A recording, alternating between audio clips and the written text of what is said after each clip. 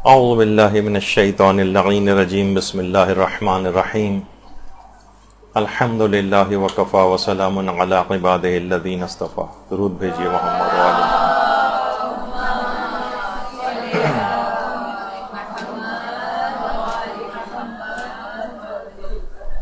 تقلید کے سلسلے میں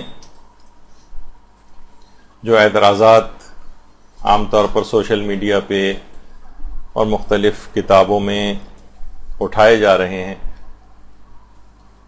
ان کے ایک ایک کر کے جوابات آپ کی خدمت میں آج بھی پیش کیے جائیں گے. ایک اعتراض یہ پیش کیا جاتا ہے کہ تقلید تو دیکھیے اندھی ہوتی ہے، تقلید تو اندھی ہوتی ہے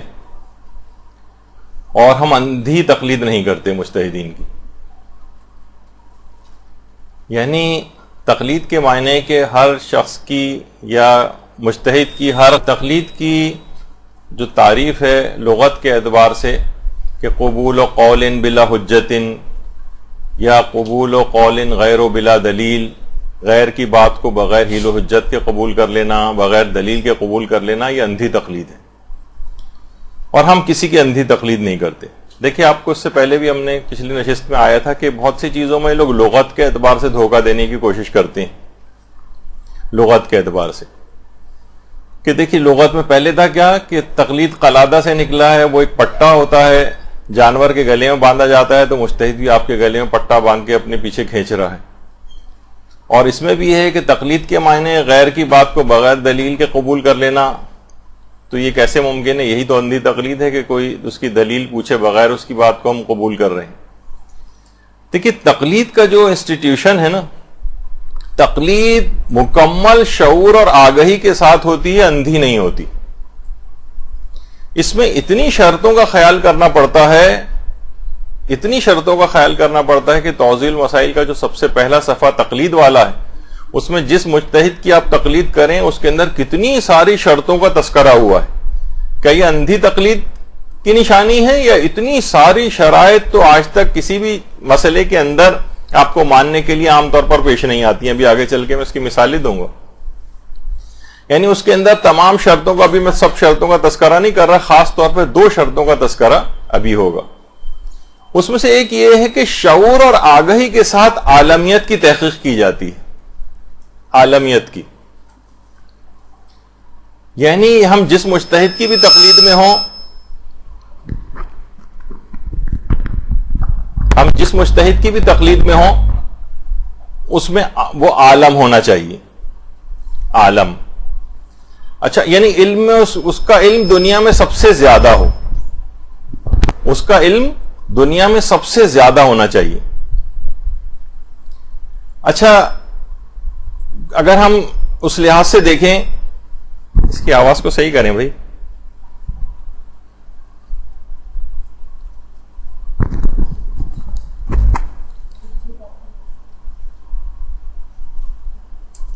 تو مکمل شعور اور آگہی کے ساتھ جو ہے اس کی تقلید کی جاتی ہے، اس کا علم سب سے زیادہ ہونا چاہیے. اچھا کیا محلے میں سب سے زیادہ ہونا چاہیے؟ کیا شہر میں سب سے زیادہ ہونا چاہیے؟ کیا یہ کہ پوری دنیا میں سب سے زیادہ ہونا چاہیے؟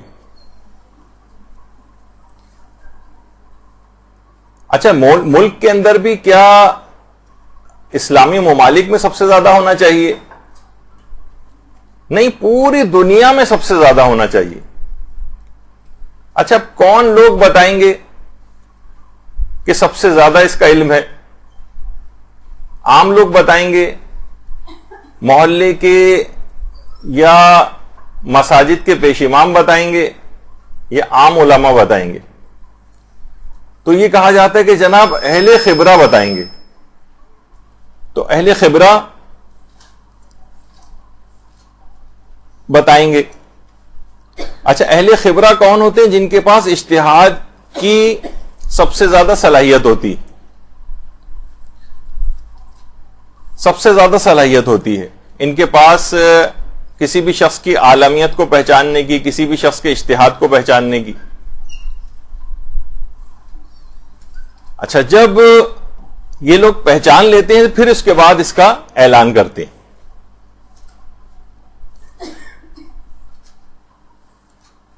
اچھا، کسی بھی دنیا کے چیز کے لیے آپ کو اتنی زیادہ تگ و دو نہیں کرنی پڑتی، اتنا تحقیقی نظام نہیں.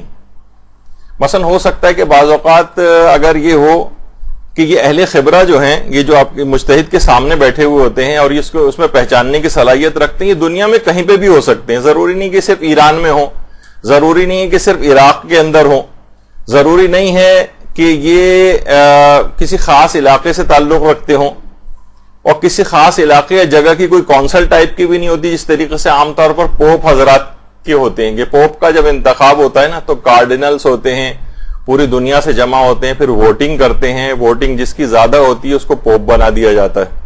ایسا کوئی سسٹم نہیں.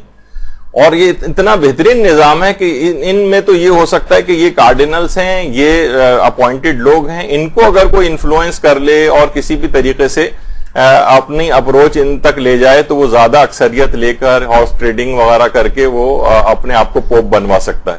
جبکہ ہمارے یہاں بالکل شفاف نظام ہے، ہر شخص کو اس کے اوپر چھوڑا گیا ہے. آپ خود جائیں، اہل خبرہ سے تحقیق کریں. یعنی اتنی شعور اور آگہی کے ساتھ عالمیت کی تحقیق ہوتی. تو اچھا، اسی طریقے سے مکمل شعور اور آگہی کے ساتھ عدالت کی بھی تحقیق ہوتی. مکمل شعور اور آگہی کے ساتھ کہ کوئی گناہ یہ شخص انجام نہیں دیتا ہے. خود مراجع ہمارے اتنے زیادہ محتاط ہوتے ہیں، بلکہ مراجع تو چھوڑیے، عام پیش امام یا عام علماء ہمارے اتنے محتاط ہوتے ہیں. جیسے میں ایک مثال دوں، مثلا ہمارے سرپرست اعلیٰ مولانا غلام علی وزیری صاحب قبلہ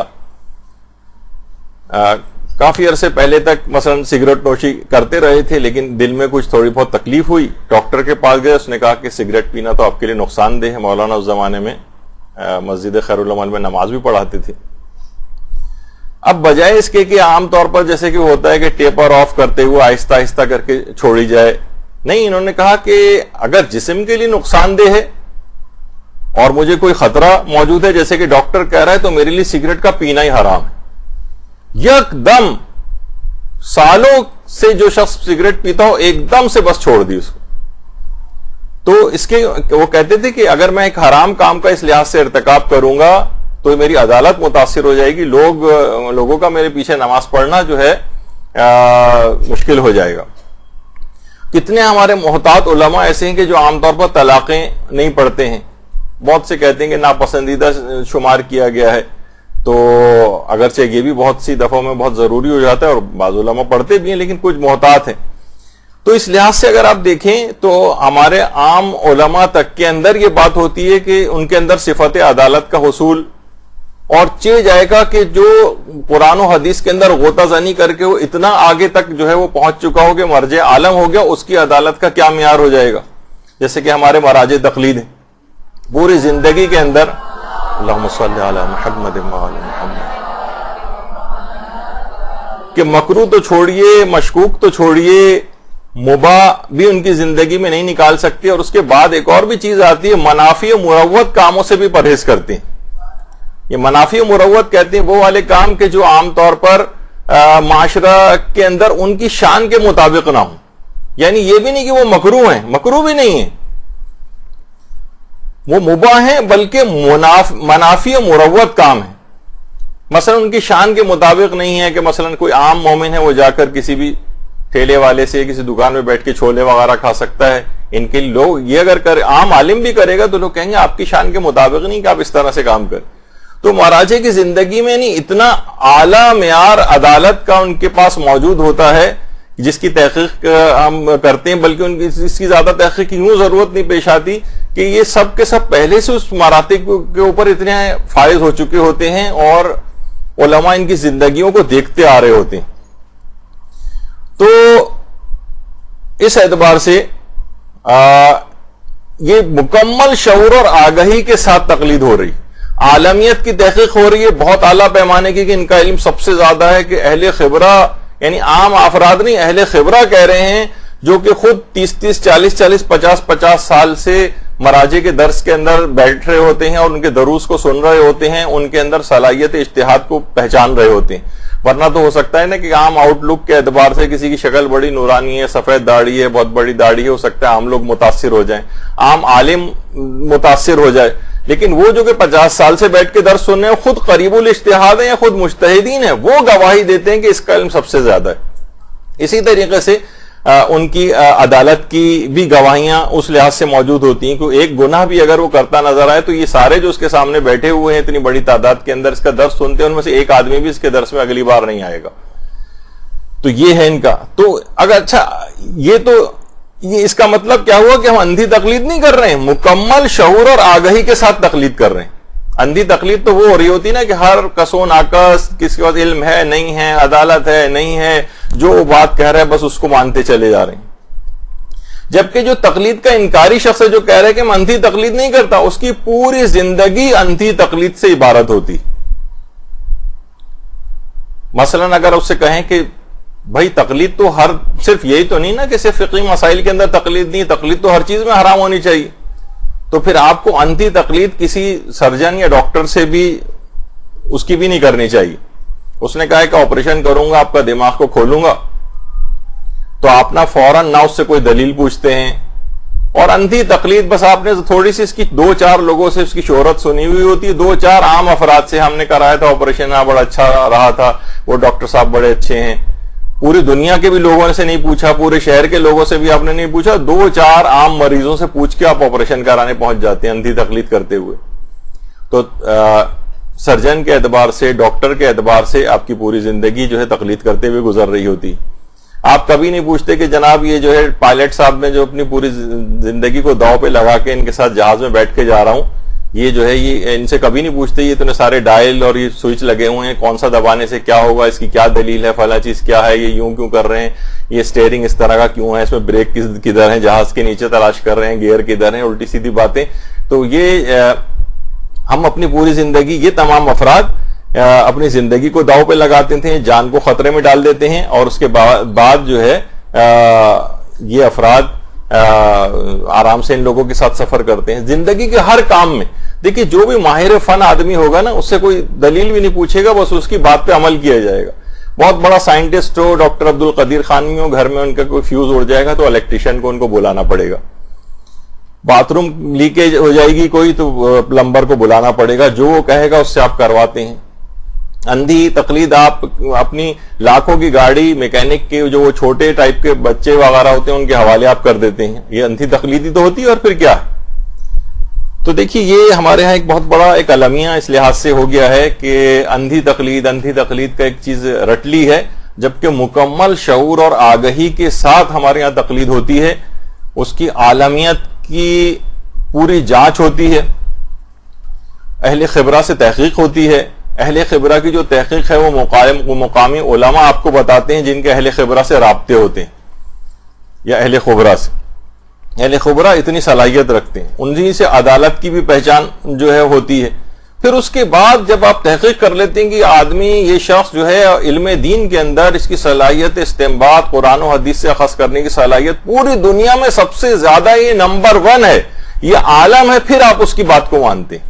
یہ تو دنیا کے کسی چیز میں نہیں ہوتا، یہ تو آپ زندگی کا ایک ایک قدم اٹھا کے دیکھ لیں، جو پوری زندگی تقلید کے اندر گزارتے ہیں، وہ اتنی زبردست تحقیق کسی چیز کے لیے نہیں ہوتی جتنی ہماری مسئلہ تقلید کے سلسلے میں۔ پھر وہ کہتے ہیں جناب اندھی تقلید کا تو دیکھیے قرآن نے بھی جو ہے اس کو منع کیا ہے۔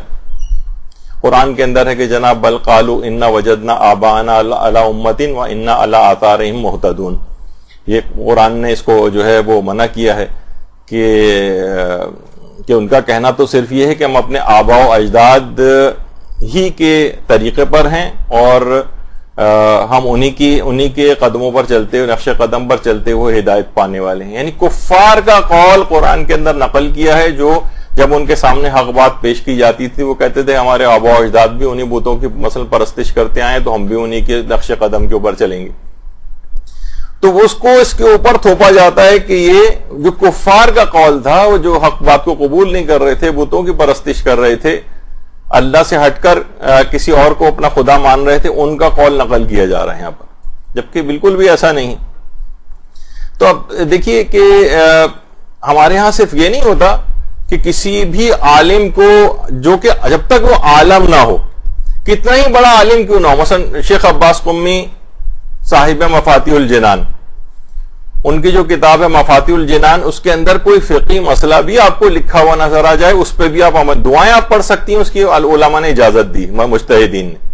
لیکن اس میں مثلا لکھا ہوا ہے کہ یہ فلاں دن کا غسل جو ہے وہ کرنا مستحب ہے، تو آپ ان کی بات نہیں مانیں گی. آپ اپنے مرضی کا فتویٰ جا کر دیکھیں گی کہ مثلا فلاں دن جو غسل ہے، عید بعثت کا غسل، وہ مستحب ہے یا نہیں ہے، مثلا عید نوروز کا غسل مستحب ہے یا نہیں ہے. چاہے شیخ عباس قمی جیسا بڑا عالمی اور محدث کیوں نہ لکھے، لیکن تب بھی ان کی بات پر عمل نہیں کیا جائے گا جب تک کہ آپ کا مجتہد عالم اس کے متعلق نہ کہہ دے.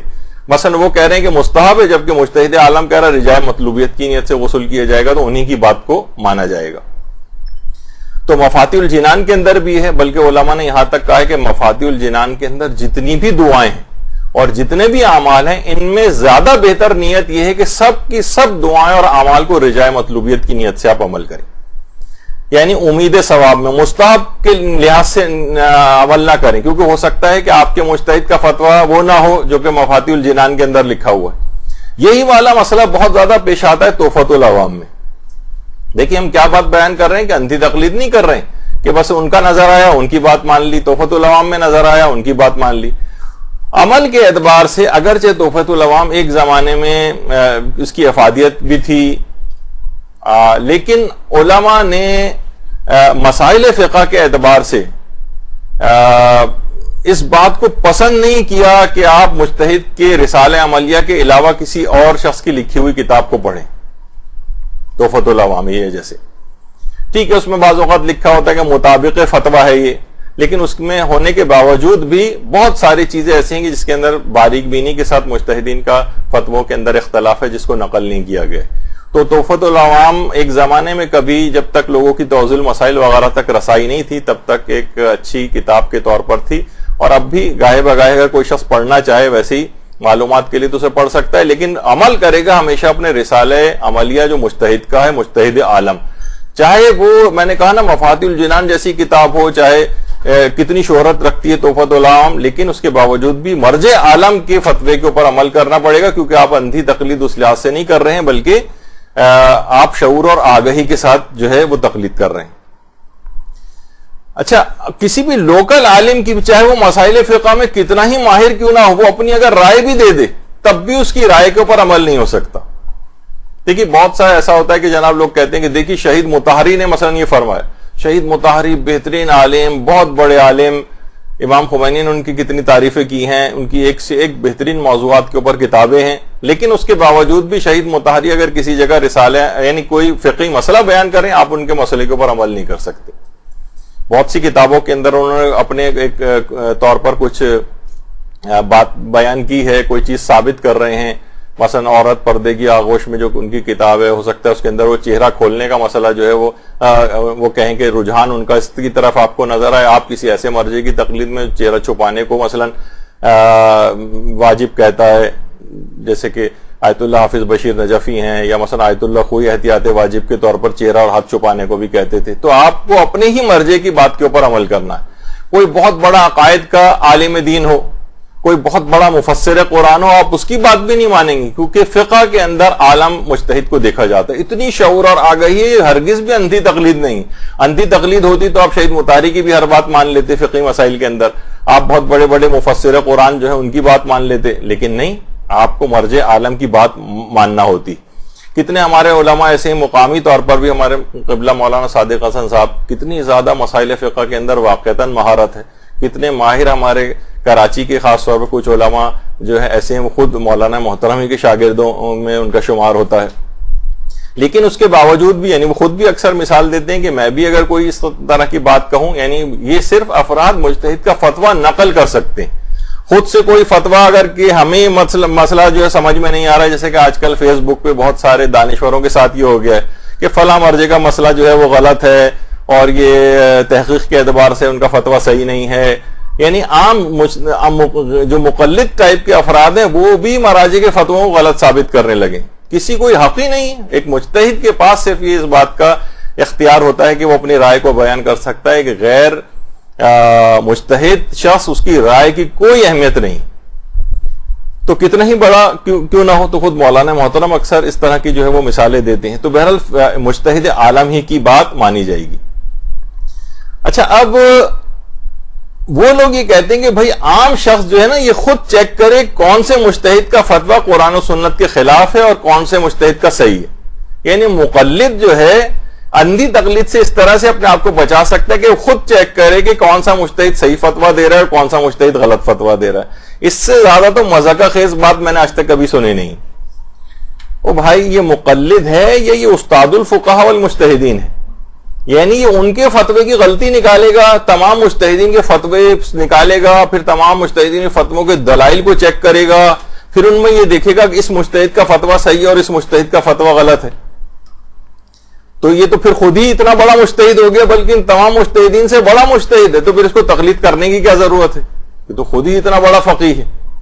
اور یہ اس طرح کا ہے، یہ جو جس مقلد کے لیے کہہ رہے ہیں کہ اس سے اگر پوچھا جائے کہ ذرا عربی میں 1 سے 10 تک گنتی سناؤ تو وہ بھی نہیں آتی اس کو. یہ سارے مجتہدین کے فتوے چیک کرے گا اور پھر دیکھ کے بتائے گا اندھی تقلید سے بچنے کے لیے کہ ان میں کس کا فتویٰ صحیح اور کس کا غلط ہے. پھر جس کا صحیح ہوگا اس کی بات وہ لے گا. تو یہ کتنی بڑی غلطی ہے، کتنی بڑا ایک ابہام اور ایک مذاق خیز بات ہے.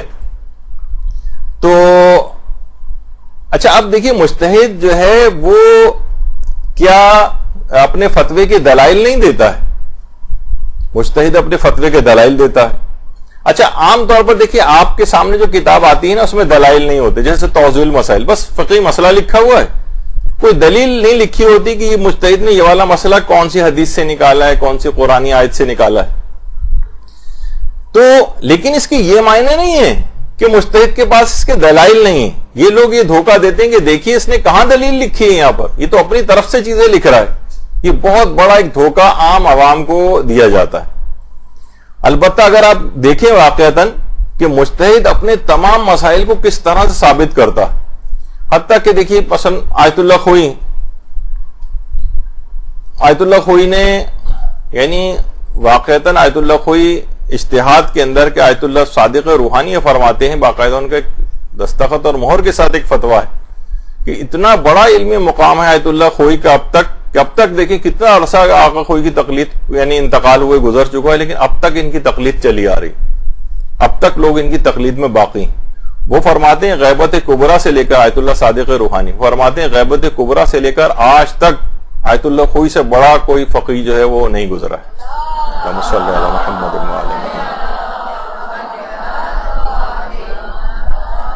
اچھا، ایک ہی مسئلے کے اندر اچھا جیسے آپ رؤیت ہلال چاند وغیرہ کے جو مسئلے پیش آتے ہیں، آپ نے دیکھا ہوگا توضیح المسائل کے اندر مشکل سے ایک صفحہ بھی نہیں ہے اس کا. تو آیت اللہ خوئی نے صرف اپنے ایک مسئلے کے لیے کہ آیت اللہ خوئی چاند کے مسئلے میں پوری دنیا کی یکسانیت کے قائل تھے، بس رات مشترک ہونی چاہیے. وہ کہتے تھے کہ ایک جگہ بھی نظر آ گیا تو دوسری جگہ کے لیے خود بخود ثابت ہو جائے گا، بس ایک ان ممالک کی رات مشترک ہونی چاہیے. اور آیت اللہ سیستانی جو افق کے قائل ہیں، افق کے اعتبار سے ان کے یعنی دونوں کے چاند کے مسئلوں میں اختلاف. اچھا، اتفاق ایسا ہے کہ دونوں مراجع کے جو درس خارج ہیں، ایک آقا سیستانی کے تو سوال و جواب کی صورت میں ہے، آقا خوئی نے ایک درس خارج رؤیت ہلال پر دیا تھا اور اس میں اپنے اس فتووں کو ثابت کیا ہے دلائل کے ساتھ واقعتاً. اچھا، وہ اردو ترجمہ دونوں کے اردو ترجمے ہوئے ہوئے. اگر آپ دونوں پہلے آقا خوئی کے سارے دلائل پڑھیں، آپ 100% قائل ہو جائیں گے کہ واقعتاً اتنے عقلی سائنسی دلائل ہیں اور قرآن و حدیث والے دلائل بھی ہیں کہ آپ فوراً قائل ہو جائیں گے آقا خوئی کا مسئلہ بالکل صحیح. اور اس کے بعد آیت اللہ سیستانی کا اگر آپ پڑھیں جو جن کا نظریہ ان سے الگ ہے، جب ان کے درس خارج پڑھیں گی تو آپ کہیں گے ان کے بھی دلائل بالکل ٹھیک ہیں. یعنی ہر شخص کے پاس اتنے محکم اور قوی دلائل ہوتے ہیں جب یہ ہے کہ آپ مرجع عالم کی تحقیق خود سے کرتے ہیں اور ان کی بات کو مانتے ہیں. تو صرف ایک مسئلے کے لیے مجتہدین کے درس خارج جو ہے وہ موجود ہیں. ایسا نہیں کہ اس کے پاس دلیل نہیں ہوتی، آپ کے پاس توضیح المسائل میں نہیں لکھ رہا ہے وہ. یعنی آپ ایسے ہی ہے جیسے دلائل اگر وہ دے بھی دے نا اگر مجتہد دلائل، تو آپ میں سے کسی کی سمجھ میں نہیں آئیں گے، اس وجہ سے وہ عام لوگوں کے سامنے دلائل نہیں دیتا ہے مجتہد. مثلا کسی ڈاکٹر کے پاس ہی اگر مریض جائے، ڈاکٹر صاحب مجھے میری بیماری تو بتا دے کیا ہے. اچھا، اب ڈاکٹر بتا دے مثلا جناب آپ کو سب ایکیوٹ بیکٹیریل اینڈوکارڈائٹس ہے مثلا. اب مریض پریشان ہو جائے گا کہ بھئی یہ کیا ہے، وہ کہے گا ڈاکٹر صاحب یہ کیا ہوتی؟ پھر ڈاکٹر جب اس کی تعریف بتائے گا اس میں اس کے پیشنٹ کے 10 سوالات اور ہوں گے جو اس کو سمجھ میں نہیں آ رہے ہوں گے کہ ڈاکٹر صاحب آپ نے فلاں چیز ایسے کیسے کہہ دی؟ تو ڈاکٹر کہے گا جناب آپ کے جو ہے وہ ای ایس آر اتنا بڑا ہو. وہ کہے گا ڈاکٹر صاحب ای ایس آر کیا ہوتی؟ تو پتہ چلا کہ وہ پورا 1 مہینے تک ڈاکٹر اس کو یہی بتاتا رہے گا اور اس کو تب بھی سمجھ میں نہیں آئے گا کہ مجھے بیماری کیا ہے, اس کا علاج کس طریقے سے ہو رہا ہے. تو دیکھیے تقلید اسی کو کہتے ہیں کہ جب آپ نے اعتماد کر لیا ہے ڈاکٹر کے اوپر, بس وہ جس طریقے سے کہہ رہے ہیں عقل کہتی ہے کہ اس کی بات مانو, اس سے اس طرح کی دلائل مت پوچھو. اور ایسا نہیں کہ اس کے پاس دلائل نہیں ہوتے, جیسے مجتہد ہے اس کے پاس دلائل نہیں ہے. مثلا اگر مجتہد کہہ بھی دے, مثلا آپ اس سے جا کر پوچھیں کہ میں نے نماز فجر کے قریب جو ہے وضو کیا تھا, اب زور ہو رہی ہے, مجھے شک ہو رہا ہے کہ میرا وضو ٹوٹا یا نہیں ٹوٹا. مجتہد کہا کہ وضو نہیں ٹوٹا آپ کا, آپ سمجھیں گے کہ وضو اب بھی باقی. آپ کہیں گے کہ مجتہد صاحب ذرا دلیل بتائیے, وہ کہے گا دلیل جو ہے قانون استصحاب ہے. آپ کہیں گے قانون استصحاب کیا ہوتا ہے؟ وہ کہے گا کہ مثلا لا تنقص الیقین بالشک, یقین کا بھی شک سے نہیں ٹوٹتا. امام کی مثلا ایک حدیث موجود ہے. آپ کہیں گے اچھا پھر اس کا مطلب اس اصول کو ہر جگہ اپلائی کر سکتے ہیں؟ وہ کہے گا نہیں, ہر جگہ اپلائی نہیں کر سکتے, اس کے لیے الگ ہے. مثلا ما قبل کی شریعتوں کے اندر جو ہے اصول نہیں چلتا. مثلا ہمیں یقین ہے کہ حضرت موسیٰ کی شریعت کے اندر یہ حکم تھا, ابھی ہمیں شک ہو رہا ہے کہ یہ حکم باقی ہے نہیں, حضرت موسیٰ کی شریعت ابھی اپلائی نہیں کر سکتے, وہاں پہ اصول نہیں چلے گا. وہ کہے گا کہ مثلا حیات مفقود الخبر میں جو ہے یہ قانون استصحاب نہیں چلتا. دیکھیے میں آپ کو ساری اس قسم کی پیش کر رہا ہوں کہ مثلا کسی عورت کا شوہر اگر غائب ہو جائے تو وہ کہے گی یقین کبھی شک سے نہیں ٹوٹتا. 30 سال سے وہ غائب ہے, وہ کہے گی مجھے یقین تھا کہ وہ زندہ تھے, تو 30 سال بعد 40 سال بعد ابھی بھی میں یقین کیونکہ شک سے نہیں ٹوٹتا, ابھی مجھے شک ہے کہ شاید انتقال کر گئے ہوں, تو 50 سال بعد بھی یہ شک باقی رہے گا. تو ساری زندگی عورت معطل ہو کے بیٹھی رہے گی, کوئی کہیں دوسری جگہ شادی بھی نہیں کر سکتی. تو مجتہد کہے گا کہ نہیں, یہاں پر مفقود الخبر کی حیات میں یہ والا قانون نہیں چلتا ہے. اب کتنی چیزیں اس میں ایک سے ایک بڑھ کر جو ہے وہ نکلتی چلی جائیں گی. ایک آدمی اگر مجتہد سے کوئی چیز کی دلیل پوچھے بھی تو اس کی پوری زندگی گزر جائے گی, چیزیں اس کے پھر بھی لیکن سمجھ میں نہیں آئیں گی, کیونکہ اس میں صلاحیت نہیں ہے کہ اس کے دلائل کو سمجھ سکے. تو اب دیکھیے کہ کتنے علماء ہیں باقاعدہ. دیکھیے اب استصحاب کے اوپر خود آغا سیستانی کا بھی پورا ایک رسالہ موجود ہے, امام خمینی کا ایک پورا رسالہ, صرف ایک مسئلے کے لیے پوری کتابیں موجود ہیں. یعنی یہ نہیں کہ اس کے پاس دلائل نہیں ہوتے, اس کے پاس دلائل ہوتے ہیں, پوری اتنے تفصیلی دلائل ہوتے ہیں کہ آپ کی پوری زندگی گزر جائیں گی تو اس کو پڑھ بھی نہیں سکتے ان دلائل کو. مثلا اور وہ عام افراد کے سامنے نہیں ثابت کر رہا ہوتا.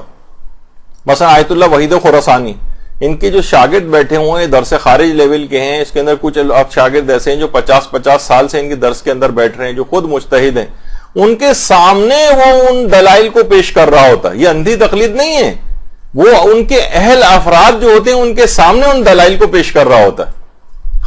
مثلا عام عوام کے سامنے پیش کرے گی تو ہر لائن کے اندر ان کو سمجھ میں نہیں آئے گا کہ اس نے کیا کہا, لیکن وہ جو افراد سامنے بیٹھے ہوئے ہیں, بعض اوقات یہ بھی ہوتا تھا کہ مثلا آیت اللہ شیخ جواد تبریزی درس خارج لے رہے ہوتے تھے, اور بعض اوقات یہ ہوتا ہے نا کہ بہت سے ابھی درس خارج میں تو ظاہر ہے جو ابھی جس کو 2-4 سال ہوئے وہ بھی بیٹھا ہوا ہے, جو 50 سال والا ہے درس سے اٹینڈ کر رہا ہے وہ بھی بیٹھا ہوا ہے اس کے اندر.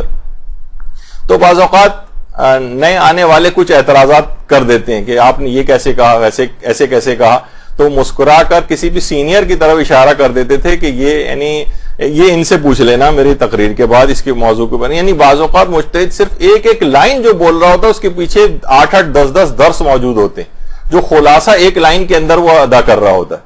تو لوگوں نے پتہ نہیں نہ جانے اس کو اندھی تقلید کا جو ایک رٹ لیا ہے. تو اس کے دیکھیے ماہرین فن سے آپ کبھی خود بھی دلیل طلب نہیں کرتے. مثلا ڈاکٹر سے کبھی آپ علاج کے لیے دلیل طلب نہیں کرتے, سرجن سے آپ کبھی بھی نہیں پوچھتے کہ آپ کیسے مجھے کٹ کریں گے اور کس جگہ ہوگا اور کیسے جو ہے آپریشن کیا جائے گا اور اس کے دلائل کیا ہیں آپ کے پاس. کبھی بھی اگر پوچھنے بھی بیٹھیں گے تو آپ کو بھگا دیا جائے گا وہاں سے. پائلٹ سے کبھی بھی آپ دلیل طلب نہیں کریں گے. تو ہر علم اور فن کا جو ماہر ہوتا ہے اس پر مکمل طور پر اعتماد کرتے ہوئے, چاہے وہ ڈاکٹر ہو, انجینئر ہو, پائلٹ ہو, آرکیٹیکٹ ہو, مکان بنانے والا ہو, مزدور تک سے بعض اوقات آپ بس کہتے ہیں کہ یہ والا کام کر دو, پلمبر سے کہتے ہیں کام کر دو, کبھی دلائل اس سے طلب نہیں کرتے کہ تم یہ ایسے کیسے کہہ رہے ہو, اس میں اتنا فلاں کا جو ہے وہ نٹ لگے گا یا اتنی گیج کی کوئی چیز لگے گی. تو پھر مجتہدی کے سلسلے میں کیوں ہے کہ ہمیں اس کے جو ہے دلائل کا علم ہونا چاہیے. اچھا دیکھیے ابھی جیسے کہا کہ اگر وہ دلیل بتا بھی دے تو بھی ایک جاہل شخص کبھی نہیں سمجھ سکتا اس کے جو دلائل ہیں، کبھی نہیں سمجھ سکتا. مثلا آغا سیستانی کے یعنی اگر آپ ان کی تالیفات بہت سی تو غیر مطبوعہ بھی ہیں، پورے رسالے ایسے ہیں کہ آپ نے کبھی ان چیزوں کے نام بھی نہیں سنے ہوں گے. مثلا خبر واحد کی حجیت، پورا کتابیں اس کے اوپر جو ہے موجود ہیں، پورے مباحث موجود ہیں کہ بعض اوقات انسان حیران رہ جاتا ہے کہ مجتہد کتنی زیادہ محنت کرتا ہے. اس کا ساری زندگی جو کام ہی وہ صرف دلائل دینا ہی، اندھی تقلید کروانا نہیں. وہ درس خارج میں دلائل دے گا اور عام افراد کے سامنے نہیں، پوری زندگی جنہوں نے گزاری ہے. اب ہمارے جو بہت سارے اخباری مزاج کے جو بہت سارے افراد ہیں وہ فیس بک پر کٹ پیس ٹائپ کی چیزیں لگا رہے ہوتے ہیں کہ دیکھیے یہ لوگ جو ہے نا اندھی تقلید کرواتے ہیں. اور یہ تو مجتہد کو دلائل کو ان کے سمجھنے والوں کے سامنے بیان کرتے ہیں، ان کے سمجھنے والے. اب دیکھیں آیت اللہ وحید خراسانی، یہ ان کا درس خارج. قوم کے اندر اگر آپ جائیں تو آپ دیکھیں گے کتنی بڑی تعداد کے اندر ایک سے ایک قابل پڑھا لکھا ترین آدمی جو ہے وہ ان کے اس کے اندر بیٹھا ہوا ہے اور ان کے سامنے دلائل کے ساتھ جو ہے اپنے مسائل کو بیان کرنا ہوتا ہے. بعض اوقات مجتہد کو ایک دورہ یعنی سمجھے تقلید سے لے کر دیات تک کے جتنے فقہی مسئلے ہیں ان کو کور کرنے میں 20 سال 25 سال 30 سال بھی لگ جاتے ہیں. اکثر مجتہدین تو کتاب حج پہنچنے سے پہلے ہی اپنے دلائل کو انہوں نے تقلید سے لے کر ثابت کرتے کرتے حج کے تک جب پہنچتے ہیں تب تک انتقال ہو جاتا ہے ان کا. لیکن بہرحال کچھ جو ہے تو اتنے ماہرین کے سامنے یہ آیت اللہ ناصر مکارم شیرازی کا درس خارج ہو رہا ہے. تو اس میں الگ ان کے طالب علم ہوتے ہیں، اس کے اندر بیٹھنے والے افراد، ان کے سامنے دلائل کے ساتھ یہ لوگ چیزیں بیان کرتے ہیں. آخوند خراسانی یعنی آج کا سلسلہ نہیں بلکہ شروع سے ہمارے ایک سلسلہ چلا آ رہا ہے. ایسا نہیں ہوتا مجتہد بس گھر میں بیٹھے ہوئے حقہ گڑگڑاتے ہوئے جو فتویٰ جاری کر رہا ہے مثلا، تو ایسا نہیں ہوتا. وہ یعنی خود مجتہدین کے سامنے قریب الاجتہاد افراد کے سامنے دلائل کے ساتھ ثابت کر رہا ہوتا ہے. اسی طریقے سے مثلا آیت اللہ حسین بروجردی معصومہ قوم کے صحن میں اللہم صلی علی محمد و علی محمد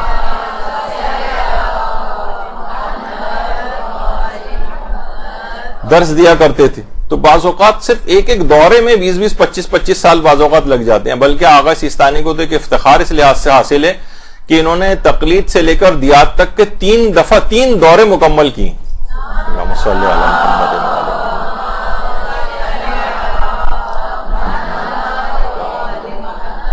اچھا مجتہد خالی تقریر کے حد تک نہیں ہوتا بلکہ وہ کتب استدلالی فقہ بھی لکھتا ہے. اپنے مسائل جو وہ بیان کر رہا ہے اس کے دلائل لکھتا ہے باقاعدہ.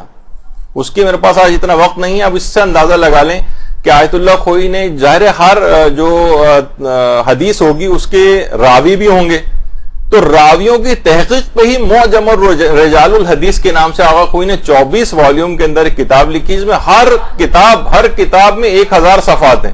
یعنی 24,000 صفحات. درود بھیجئے محمد اللہ صلی اللہ علیہ وسلم.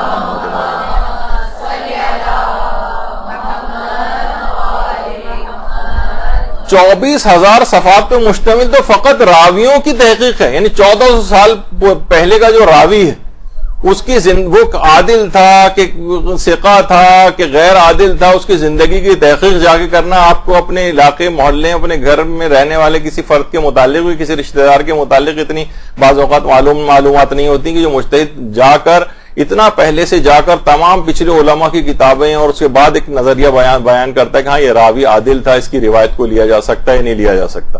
کیونکہ اس کے اندر ہزاروں لاکھوں روایات جو اس طرح کی ہیں جس کے اندر بہت ساری چیزیں پھیلا دی گئی ہیں. بہت سے افراد کو جب سزائیں پہلے دی جاتی تھیں تو ہنسا کرتے تھے کہ ان کو قتل سے پہلے کہ وہ کہتے تھے کہ میں نے جو 20 ہزار احادیث جو ہیں وہ جعلی بنا کر پھیلا دی، ان کا کیا کرو گے، مجھ کو تو مار دو گے. تو آپ اس سے اندازہ لگائیں گے مجتہد کو روایتوں کی کتنی تحقیق کرنا پڑتی. تو فقط راوی کی تحقیق کے لیے 24,000 صفحات آیت اللہ خوئی نے لکھی. سوچیں. اور اس کے علاوہ جو کتابیں ہیں ان کی بے شمار، اگر صرف ان کا ہی اگر صرف نام اور تعارف کراؤں تو پوری کلاس اسی کے اندر نکل جائے. اتنے استدلالی کتب فقہ مجتہد لکھتا ہے. اندھی تقلید نہیں کروا رہا ہے، وہ ایک چیز کو ثابت کرتا ہے. اسی طریقے سے مثلا آیت اللہ صادق روحانی، یہ فقہ صادق کے نام سے انہوں نے 41 والیوم کے اندر، یہ جو پیچھے پوری لکھی ہوئی نظر آ رہی ہے 41 والیوم انہوں نے ایک درود اللہم صلی علی محمد.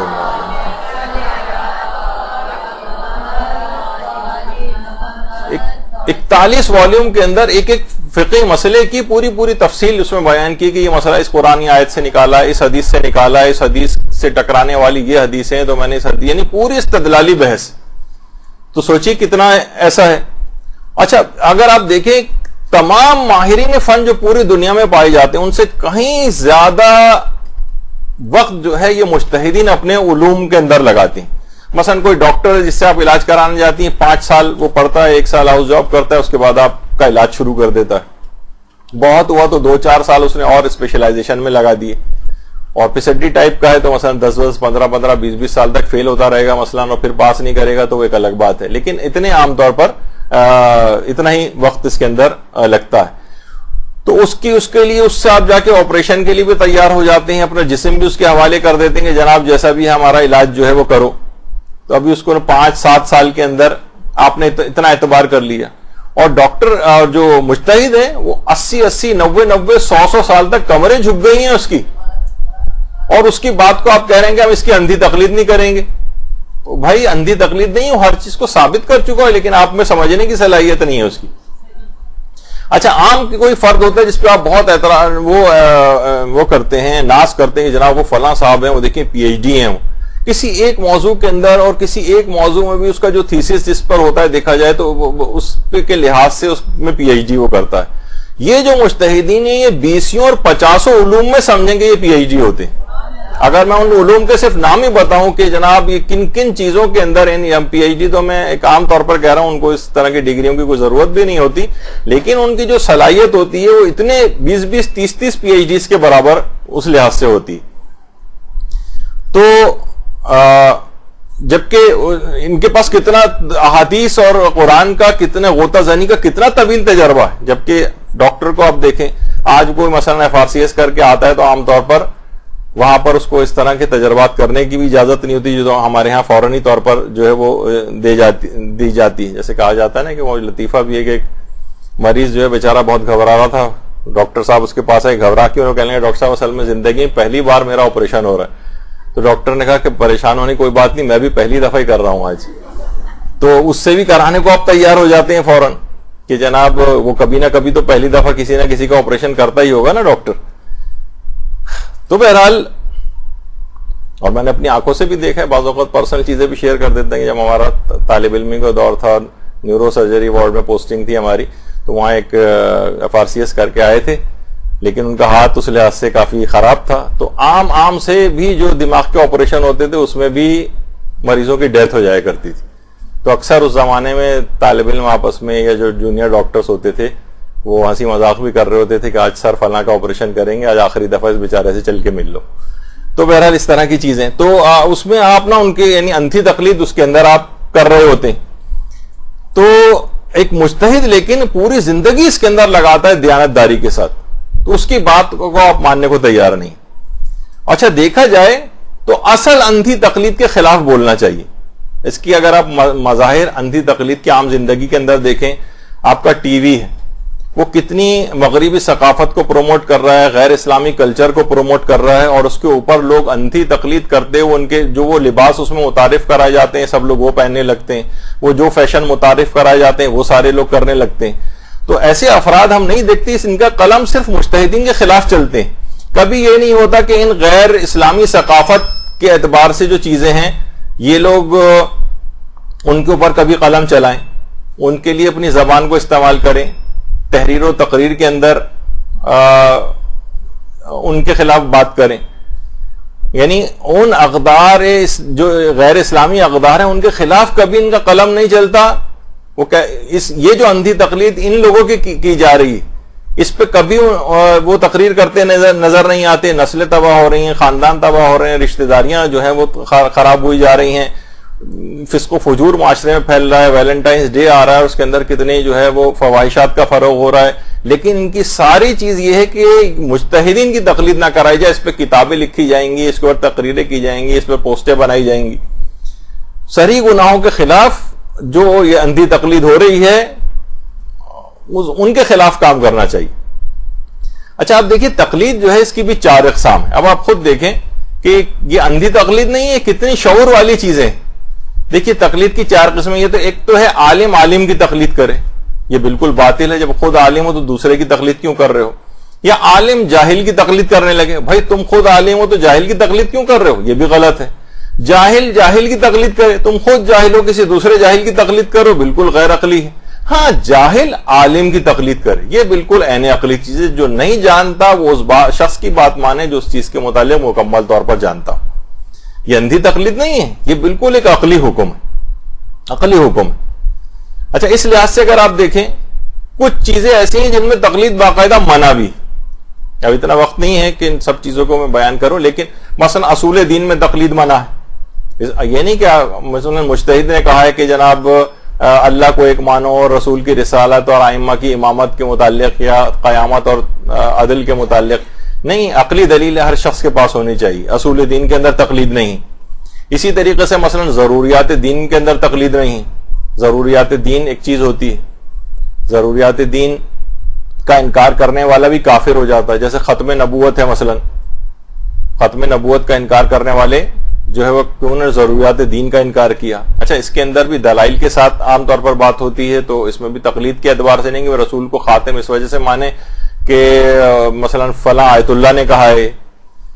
اس کی اور بھی بہت سی مثالیں. اسی طریقے سے مثلا یقینیات اور بدیہیات جو کہلاتے ہیں اس میں بھی تقلید نہیں ہوتی. مثلا ہم کو پتا ہے کہ نماز فجر 2 رکعت ہوتی ہے, ظہر کی نماز مثلا 4 رکعت ہوتی ہے. ہم یہ تقلید کی وجہ سے نہیں مانتے کہ آیت اللہ سیستانی نے کہا ہے کہ فجر کی نماز نہیں. یقینیات ہے, بدیہیات ہیں, اس کے اندر بھی کوئی تقلید نہیں. اور اسی طریقے سے موضوعات خارجی میں بھی تقلید نہیں. موضوعات خارجی کہتے ہیں جس کا اسلام سے تعلق نہیں ہے. مثلا مجتہد یہ صرف یہ بتائے گا کہ بھئی جو غنائے لہوی ہے یہ حرام ہے. اب غنائے لہوی جیسے اکثر لوگ علماء کے پاس جاتے ہیں, بلکہ علماء کے پاس بھیجتے ہیں کہ ذرا گانا یا فلاں چیز سن کے بتائیں کہ یہ جائز ہے یا نہیں. تو وہ کہتے ہیں کہ بھائی ہم یہ چیز کیوں سنیں, یہ آپ خود تحقیق کریں. اب آپ احتیاط کرنا چاہیں تو احتیاط کر لیں, لیکن ہم لازمی پورا وہ سنیں گانا یا جو بھی چیز ہے اور پھر اس کے بعد آپ کو بتائیں.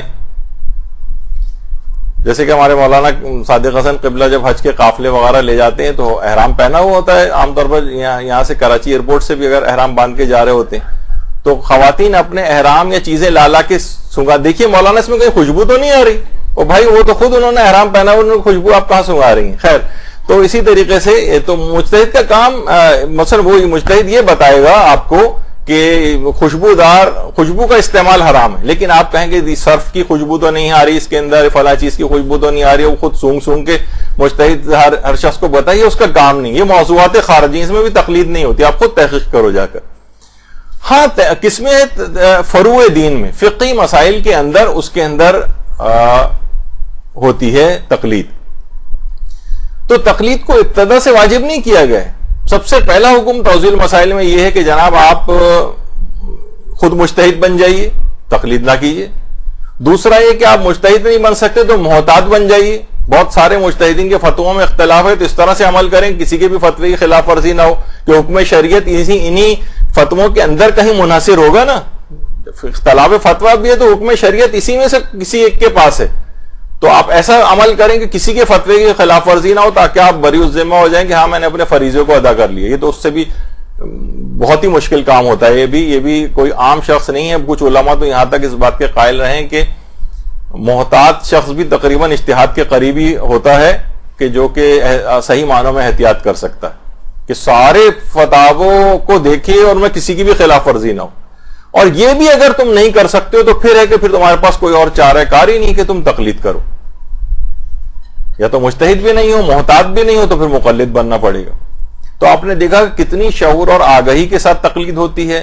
مجتہد سارے فتاوے کے دلائل جو ہے وہ پیش کر رہا ہوتا ہے, اور اس کو اندھی تقلید نہیں کہتے. مکمل شعور اور آگہی کے ساتھ تحقیق کے بعد ہم اس کو مانتے ہیں, جبکہ زندگی میں ہم مظاہر دیکھتے ہیں کہ انسان بڑے سے بڑے کام کے لیے بھی بہت معمولی سی تحقیق کے بعد ان پر یقین کر لیتا ہے اور ان کی تقلید میں چلا جاتا ہے دنیاوی کاموں کے سلسلے میں بھی. تو یہ اعتراض بالکل ایک گھٹیا قسم کا اعتراض ہے کہ ہم مجتہدین کی اندھی تقلید نہیں کرتے, اور ہم خود چیک کریں کس کا فتویٰ صحیح ہے کس کا غلط ہے. تو آپ تو اس سے بھی بڑے ہو گئے, اس کا مطلب پھر تو آپ کے لیے تقلید ویسے ہی حرام ہو جائے گی. تو یہ بالکل ایک احمقانہ اعتراض ہے. تو آپ نے دیکھا کہ اس کی کوئی بیس نہیں ہے, یہ صرف ایک ایسی لوگوں کو دھوکہ دینے کے لیے اس طرح کے جملے استعمال کیے جاتے ہیں, اندھی تقلید.